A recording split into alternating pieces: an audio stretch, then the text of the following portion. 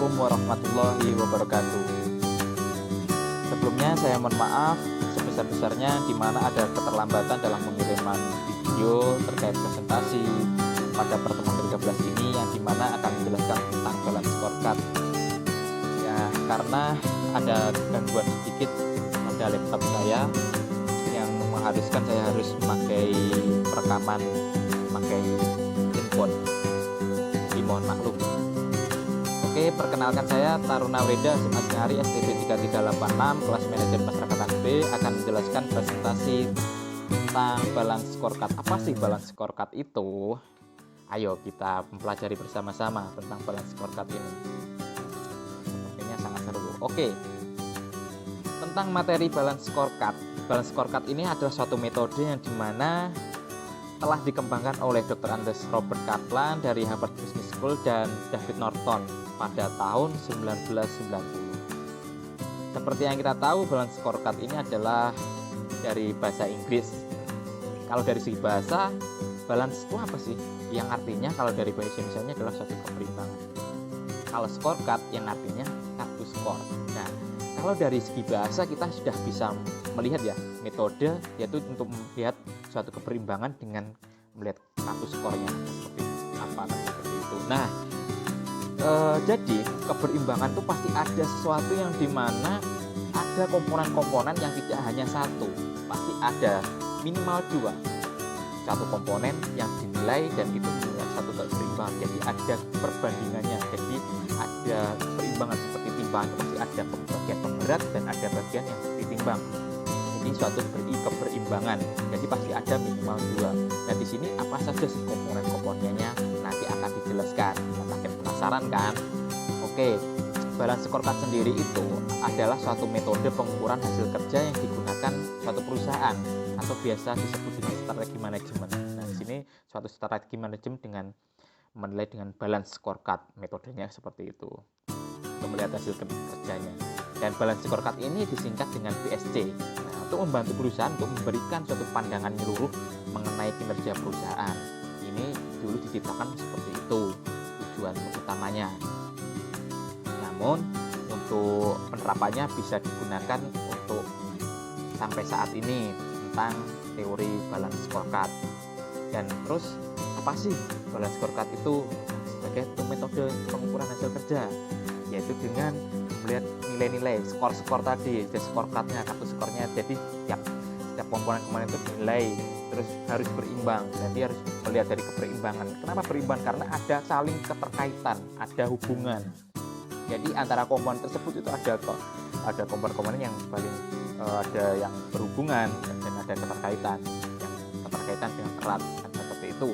Jadi dalam suatu perusahaan, jadi bisa ada gambaran kan dari definisinya, udah mengerti, oh ini pasti kalau balance scorecard ini pasti adalah satu komponen yang dinilai dan di situ ada suatu keterikatan. Udah dapat kan? Jadi itu untuk sebagai satu strategi manajemen. Oke, lanjut saja tentang fungsi balance scorecard. Tertutup nih dengan wajah saya. Oke, sebagai alat ukur visi misi, alat ukur keunggulan kompetitif, sebagai panduan strategis, alat analisis efektivitas strategi, sebagai gambaran SWOT, alat key performance indicator, feedback terhadap shareholder perusahaan. Kenapa sebagai menjadi alat ukur visi misi? Ya kan seperti tadi, kok bisa ya menjadi suatu alat ukur visi misi? Karena melihat hasil kinerja perusahaan, jadi visi misinya seperti apa, kinerjanya seperti apa, untuk melihat keunggulan kompetitif sebagai satu panduan strategis, karena sebagai manajemen strategi kan tadi, sebagai alat analisis efektivitas. Kok bisa sih melihat suatu aktivitas, jadi seberapa efektif suatu strategi tersebut dilihat dari balance scorecardnya. Jadi perusahaan tersebut itu seperti apa, seberapa efektivitasnya. Jadi melihat dan kemudian dilihat dari SWOT itu dari strength, dari kekuatan dari perusahaan, weakness, kelemahannya seperti apa, opportunity, peluangnya seperti apa, kritik, ancamannya seperti apa. Nah, dilihat dari situ, maka balance scorecard ini bisa memiliki fungsi-fungsi. Dari tadi suatu keberimbangan dinilai, ya, kok bisa ya menjadi alat ukur kinerja dan memiliki fungsi-fungsi ini? Apa saja sih yang dinilai sih? Nah, kan seperti itu. Ya, jadi penasaran kan? Ayo kita lanjut. Sebagai rasa penasarannya, kan seperti itu. Pasti teman-teman ini penasaran. Oke, kita lanjut. Pada PPT selanjutnya mengenai di mana ada komponen-komponen yang saling keterkaitan, terus kemudian tadi ada keberimbangan. Nah, di sini itu harus berimbang nilainya. Jadi karena keterkaitan jadi saling bertumpu kan seperti itu. Nah, di sini dicontohkan satu lingkaran yang keterkaitan. Jadi ada lingkarannya ini.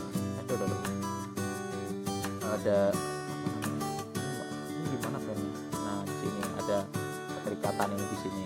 Ini adalah balance scorecard dan ini dinilai scorecardnya. Jadi ini keuangan. Pertama keuangannya dinilai. Seperti apa sih? Bagaimana investor melihat Anda? Terus kemudian dilihat dari internal strateginya gimana? Terus dari SDM-nya gimana sih SDM-nya di perusahaan tersebut? Terus konsumennya bagaimana konsumen itu melihat Anda? Melihat dari perusahaan tersebut bagaimana? Apakah baik? Apakah ulasannya baik? Kan seperti itu. Nah, untuk selanjutnya bagaimana sih? Ayo kita lanjut pada materi selanjutnya. Oke, kita lanjut pada keuangan. Kita pertama itu menjelaskan keuangan.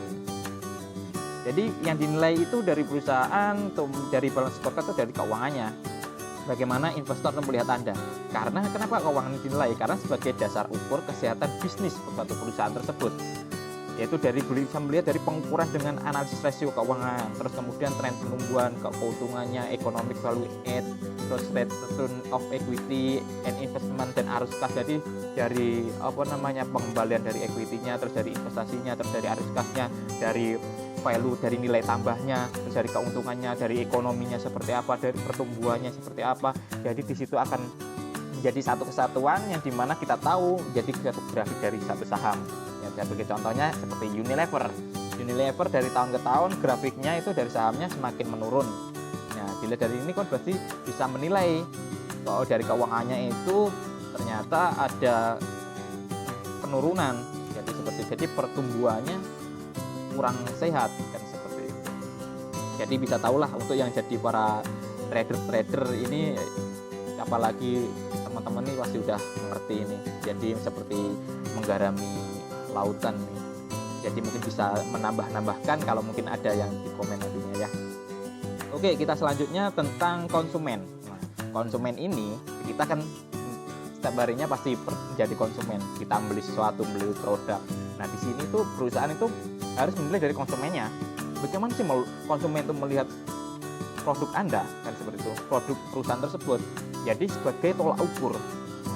Tolak ukurnya seperti apa seperti itu, terus dari kepuasannya seperti apa, dari retensi, akuisisinya, terus nilai manfaatnya, dan dari market share konsumennya. Ya, sebagai contoh nih, seberapa puas sih konsumen tersebut. Nah, kita nih contoh pakai sampo Lifebuoy lah. Lifebuoy seberapa puas sih pakai lampu Lifebuoy? Oh, ternyata pakai Lifebuoy kurang seperti ini. Karena harus ketombe, saya harus pakai Head and Shoulder. Akhirnya pakai Head and Shoulder, ketombe bener-bener hilang. Terus akhirnya ketika Head and Shoulder itu hilang, akhirnya puas kan dari konsumen tersebut. Akhirnya kita akan merekomendasikan ke teman-teman. Saya ini ketombean, gimana cara membersihkannya? Akhirnya market share memberikan suatu rekomendasi. Nah, ini loh, pakai ini aja, pakai produk ini, kamu akan pakai sampo ini nggak akan ketombean lagi, rambutmu akan jadi terawat, jadi bagus, seperti itu contohnya. Terus memberikan suatu review atau ulasan kan seperti itu. Contohnya seperti ketika kita mau belanja di Shopee atau Lazada, di di Matahari Mall atau dan lain-lain, bukan Matahari Mall ya, mungkin Tokopedia juga bisa. Di situ pasti ada ulasan-ulasannya, bintang-bintangnya kan seperti itu. Nah, dari bintang-bintangnya di situ itu kan kita bisa melihat seberapa puas sih. Ternyata di sini ada bintang 2, ada bintang 3. Ternyata akhirnya kan perusahaan akhirnya kan menurun. Nah, konsumennya ini turun, akhirnya yang market share konsumennya jadi jangan-jangan kamu jangan beli ini. Ini bintangnya jelek. Dan akhirnya terus dari ulasannya ngomongnya buruk-buruk, dan akhirnya ini karena barangnya tidak sesuai, ini karena produknya jelek, karena ini harganya mahal tapi gini. Akhirnya konsumen baru yang harusnya mau beli udah tertarik karena harganya mahal, kelihatannya bagus, ternyata hasilnya ketika dari lihat ulasan ternyata jelek, akhirnya nggak mau beli. Kita pasti melihat nih, pasti scroll, ya udah scroll aja nih, cari produk yang lain kan seperti itu, daripada kan gitu. Jadi ada gambaran kan, jadi perusahaan itu melihat dari konsumennya seperti itu. semakin bagus ratingnya, maka juga akan juga menjadi bagus juga kan dari satu nilai tolak ukurnya dari perusahaan tersebut. Oke, kita lanjut tentang internal. Nah, internalnya jadi dari strateginya. Strateginya gimana sih? Strategi apa yang digunakan dari proses inovasinya, proses operasinya, pelayanan purna jualnya seperti apa. Jadi ketika mau dijual itu harus memberikan inovasi-inovasi agar para konsumen tadi kan keterkaitan tadi. Jadi agar konsumen itu tertarik karena memberikan inovasi.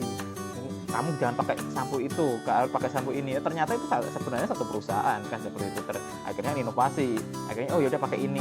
Mungkin untuk sampo itu cocok untuk rambut tertentu. Dan untuk rambut yang ketombean harus pakai sampo B kan seperti itu. Contohnya. Terus jadi proses inovasinya. Terus ketika inovasi ini semakin bagus, maka juga semakin bagus juga jadi sebagai tolak ukur. Dan ketika inovasi ini juga jelek, akhirnya suatu akan mempengaruhi yang lain. Contohnya untuk mereka keuangan kok bisa? Kita lihat dari Nokia. Kalau Nokia ini kok bisa seperti itu? Kan kita lihat untuk dalam perkembangannya dulu Nokia itu menjadi TOP BGT, paling yang disanjung-sanjung, paling tertinggi lah penjualannya. Semua orang pasti pernah punya Nokia pada waktu itu, pasti. Setiap keluarga pasti pernah punya Nokia. Pernah apa enggak? Mungkin teman-teman pasti tahu kan Nokia itu seperti apa. Nomor 1 kan, itu megang pasar untuk industri teknologi HP kan gitu. Terus kemudian kenapa kok bisa anjlok? Ya di situ karena tidak menerima inovasi-inovasi, karena tidak mengikuti perkembangan zaman. Ketika konsumen itu meminta, ingin ada suatu inovasi-inovasi dan ingin menjadikan pengen ada suatu yang baru, pasti kan jadi karena tuntutan inovasi-inovasi, tuntutan dari masyarakat, tuntutan dari konsumen, akhirnya sehingga inovasi tersebut tidak diterima ternyata. Dan yang muncul Samsung, dan Samsung akhirnya bisa melejit sampai sekarang.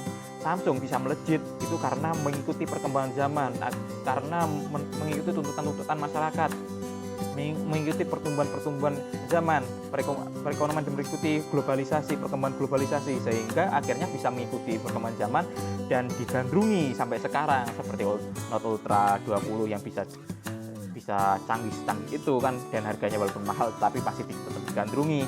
Dan kemudian kenapa Nokia bisa jatuh sejatuh-jatuhnya sampai sekarang dan akhirnya belum bisa bangkit sampai sekarang, dan itu karena menolak inovasi.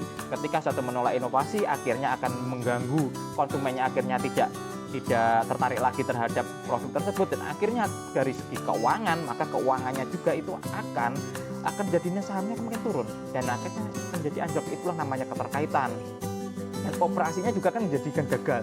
Akhirnya yang harusnya misal nih menciptakan HP NG HP 600 terus 310, akhirnya ditolak semua dan rakyat tidak mau membelinya. Akhirnya kan dalam proses operasinya gagal, akhirnya terhambat, tidak layak dijual, ada kerugian, semakin turun, akhirnya kan menjadi satu tolak ukur. Jadi bagaimana strateginya ini sebagai tolak ukur harus baik gitu, seperti itu. Mungkin ini agak cepat ya karena saya sudah merekam tadi sampai setengah jam lebih, namun karena ada kendala dan akhirnya saya harus mempercepatnya. Dan ini mohon maaf, dan jika mungkin ada kekurangan, ada kejelasan, dan bisa didiskusikan lagi di kolom komentar nantinya. Oke, kita lanjut.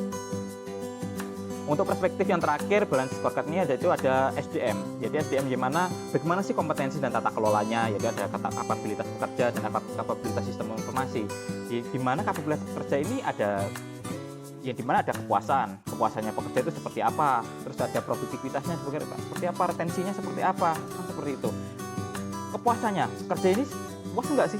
Udah namanya dalam pekerja di sini untuk melihat visi misinya kan tadi fungsinya untuk segala ukur visi misi, dan ketika konsumen itu sudah puas, maka akan bertanggung jawab atas apa yang sudah menjadi tanggung jawabnya dia, akan menjadi disiplin, terus akhirnya akan menciptakan kualitas yang sangat bagus terhadap produk tersebut, akhirnya akan menciptakan produk-produk yang bagus, yang memberikan sesuatu yang positif pada perusahaan tersebut. Jadi mulai dari kreativitasnya, bekerjanya, inisiatifnya akan menjadi keluar. Pak, ini harusnya untuk visi misi ini harusnya pakai misi-misi ini Pak biar tercapai tujuannya. Untuk mencapai visi-visi ini harusnya misi ini kan, seperti itu sebagai salah satu contoh. Terus mesti retensi pekerja, jadi untuk suatu kemampuan untuk mempertahankan pekerja yang terbaik dalam perusahaan tersebut. Jadi bagaimana sih cara mempertahankan, apakah tetap dikelola seperti halnya ketika perusahaan cuma ele-elean, ya udahlah yang penting aku dapat gajian, apakah tetap dipertahankan atau tidak. Di sini biasanya kita lihat kalau di perusahaan-perusahaan itu pasti akan melakukan satu kontrak. Jika mereka itu melakukan satu pekerjaan yang sangat bagus, maka akan dilakukan perpanjangan kontrak. Tetapi jika tidak bagus, maka akhirnya tidak dilanjutkan seperti itu. Nah, kemudian yang terakhir itu adalah produktivitas pekerja. Nah, produktivitas pekerja ini yaitu gimana sih?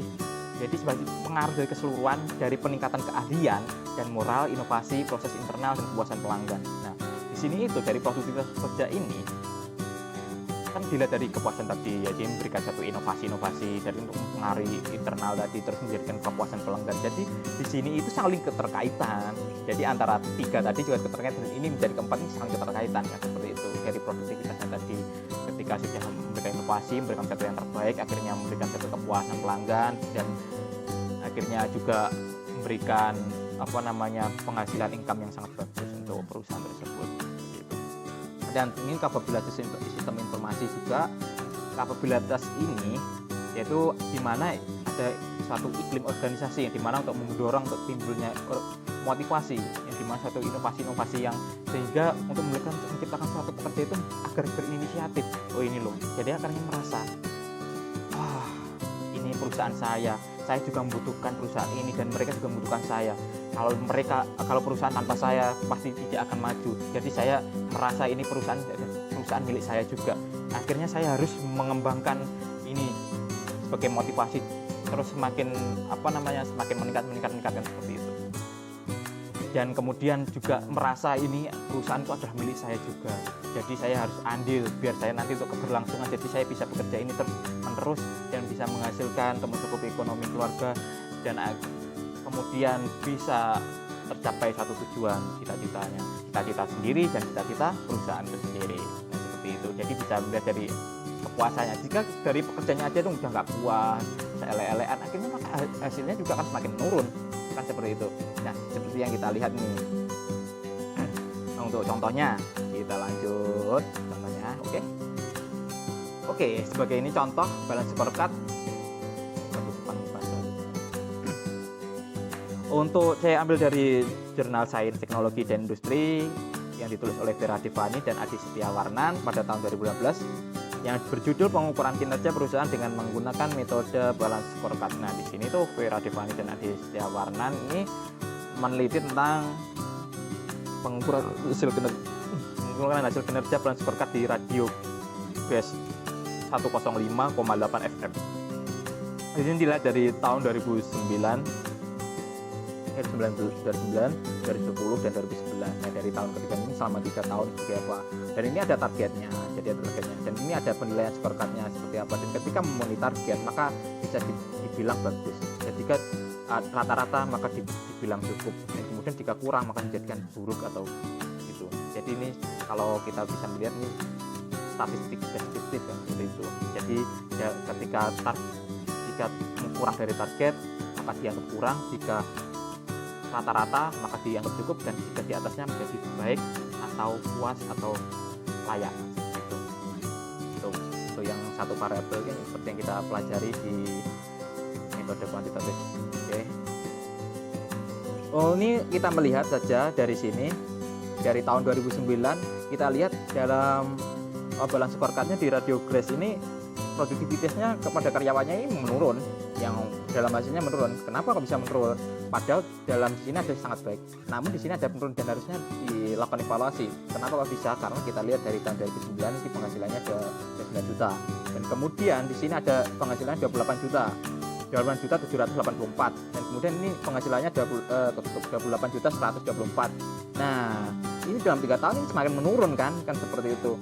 Jadi targetnya ini 28 juta dan ini sudah diambang minim ini. Kan kalau tahun depan lagi kalau ini tetap dipertahankan, maka tahun 2012 ini pasti akan semakin turun dan akan kurang, dan akhirnya dan dalam tidak mengurangi target, akhirnya targetnya di bawah 28 juta, mungkin jadi menjadi 27 juta.